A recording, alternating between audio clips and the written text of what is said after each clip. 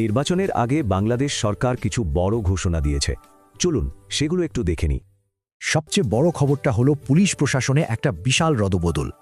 ঠিকই দেখছেন, দেশের ৬৪টা জেলাতেই নতুন এসপি নিয়োগ দেওয়া হয়েছে। সামনের সংসদ নির্বাচনের আগে এটা কিন্তু বেশ বড় একটা পদক্ষেপ, আর এই নিয়োগগুলো খুব তাড়াতাড়ি কার্যকর হবে। তো প্রশ্ন হলো, এই নিয়োগগুলো কিভাবে করা হলো? চলুন সেই প্রক্রিয়াটা একটু দেখি। যাতে স্বচ্ছতা থাকে সেজন্য চূড়ান্ত নিয়োগগুলো হয়েছে লটারি সিস্টেমে। আচ্ছা, এই নিয়োগ পাওয়া কর্মকর্তাদের মধ্যে কারা আছেন? এখানে একটা ইন্টারেস্টিং ব্যাপার আছে। দেখুন, ৪৬ জন এসপিকে বদলি করা হয়েছে আর ১৮ জন একেবারে নতুন মুখ।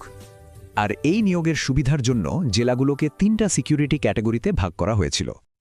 সরকারের পক্ষ থেকে আশ্বাস দেওয়া হয়েছে যে কোনো যোগ্য কাউকে নাকি বাদ দেওয়া হয়নি। শুধু এসপি নিয়োগই নয়, ব্রিফিংয়ে আরও কিছু জরুরি বিষয়ে ঘোষণাও এসেছে। যেমন রাস্তায় চাঁদাবাজির ব্যাপারে বলা হয়েছে এটা নিয়ন্ত্রণে আছে, তবে পুরোপুরি বন্ধ হয়নি। এরপর কৃষকদের জন্য একটা বড় আশ্বাস, বিশেষ করে সারের দাম নিয়ে। সরকার বলছে গ্যাসের দাম বাড়লেও সারের দামে এর কোনো প্রভাব পড়বে না, দাম একই থাকবে। শুধু তাই না, কৃষকদের জন্য আরও দুটো প্রতিশ্রুতি দেওয়া হয়েছে। তো সব মিলিয়ে মূল ব্যাপারটা কি দাঁড়ালো, চলুন দেখি। মূলত সরকার দুটো বিষয়ে ভরসা দিতে চাইছে। ১. নির্বাচনের নিরাপত্তা, ২. অর্থনৈতিক স্থিতিশীলতা। সব মিলিয়ে লক্ষ্য একটাই, এই গুরুত্বপূর্ণ সময়ে জনগণের আস্থা ধরে রাখা।